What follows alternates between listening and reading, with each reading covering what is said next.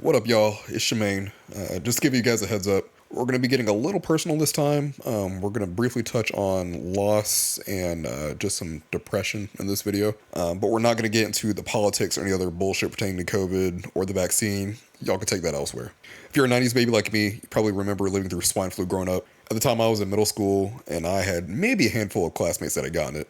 But it wasn't anything where school got shut down. People still went to work. Businesses stayed open.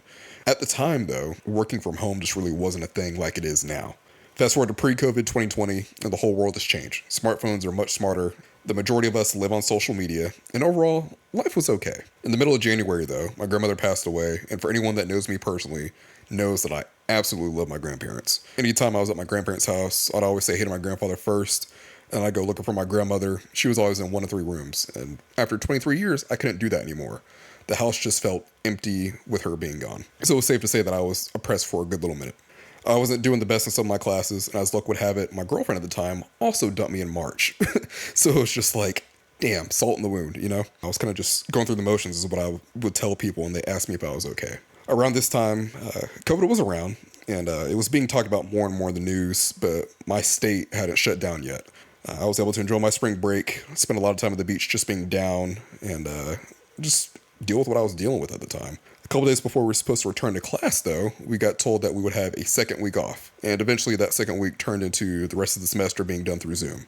I'd already fallen in love with Modern Warfare 2019 and would regularly play either by myself or with a couple of the homies, but come late March/early April, it became my obsession. In the mornings, I would have my one class on Zoom at 7 a.m. I definitely didn't fall asleep in that class.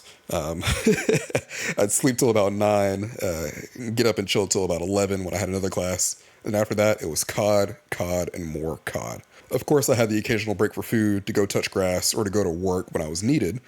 But hell, most of the country at this point was shut down, or being shut down. Granted, my state was still one of the last ones that was holding out. It was at that point that me and one of my closest friends, he's basically my brother, Unc Bobby, started gaming together again.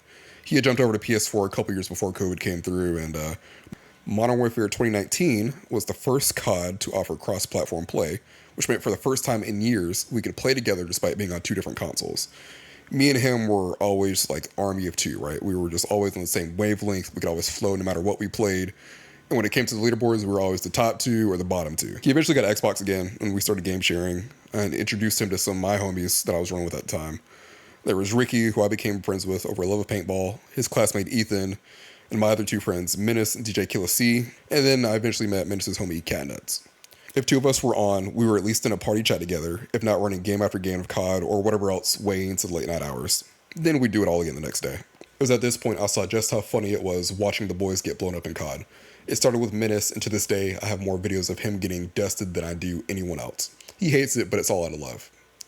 I got some videos of myself getting beamed too. They're just as funny. But to watch your boy run out from cover and watch that cruise missile ascend from the heavens like it was meant for him is a whole new level of comedy. But anyway, I started posting those clips to my Facebook and just whatever other nonsense that would happen in public lobbies or playing private free-for-all matches on gunfight maps just for fun. And everyone else started to enjoy them. So like a ton of other people, I got into content creation. But that's the story we won't get into today, if at all. It wasn't just the boys I got to play with. I got to reconnect with some classmates from high school that I haven't really talked to since graduating in 2015. And we even got one of my best friends away from Halo and Sea of Thieves long enough to play a few rounds of COD with us here and there. And even in the times we weren't playing COD, we'd still party up and just shoot the shit. I played through Doom Eternal, found my love for Skate 3 again. We had some absolute brawls on Gang Beast, just to name a few. There's so many laughs and memories from back then we reference and look back on. I wish I kept my capture card running for some of it, because it's hard to believe without proof. But COVID-era gaming was just a special time for me. I could hone my skills in COD to the point I felt confident playing 1v1s on occasion. I was quick-scoping and consistently getting higher kill streak items no matter the map. But it was nice to just be around those that I care about, whether it was face-to-face or virtually over on Xbox Live and Discord.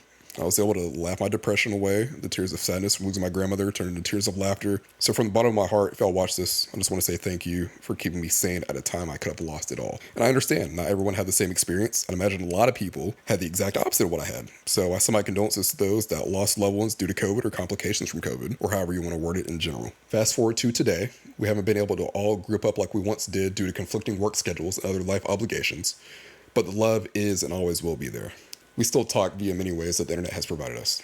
Bobby, DJ Killa C, and myself have branched off into 3BP, which is Three Brothers Productions. We'll be doing some gaming-related content in the near future. We all share the same quarter of our brain cells, so whenever we get together, it should be a good time. But that's it from you, Maine.